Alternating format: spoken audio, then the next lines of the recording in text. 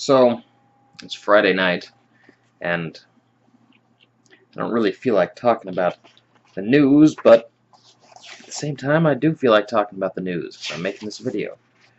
Um,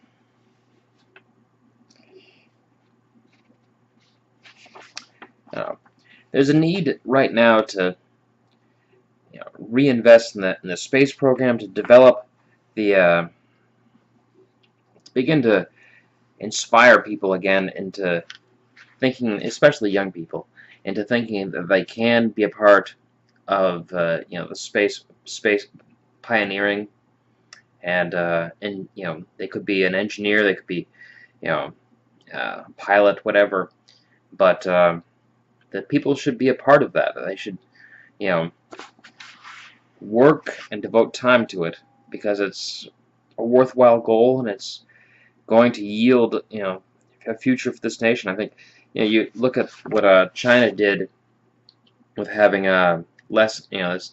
getting this teacher up into space and having her teach several thousand children, tens of thousands of children, science lessons from space, is an example of the kind of awe-inspiring effect that can reshape what a generation thinks is possible. So that instead of thinking, well, I'm gonna make video games for a living, or I'm gonna do whatever, I'm gonna get a degree in computer engineering, or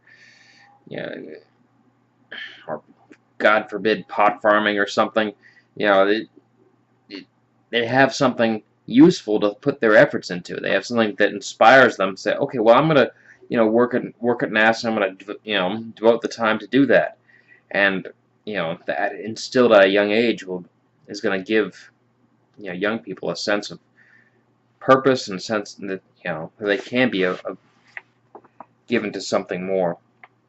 And it's good that that China, that Russia can do that. So what else do I want to talk about?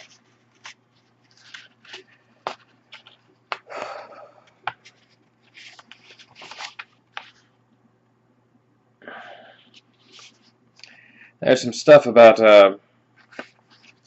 Americans tolerating torture under the CIA analyst Ray McGovern speaking about U.S. toleration of torture, and how this is just people are accountable, and they shouldn't tolerate it. They shouldn't be accepting of it.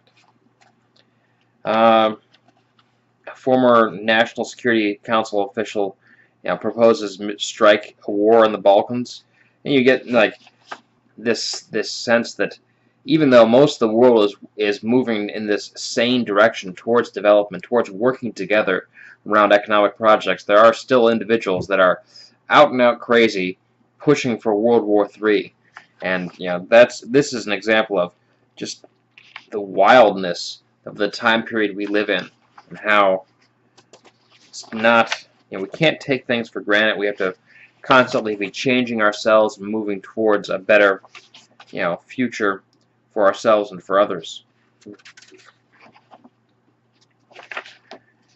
China's setting up economic zone in Philippines.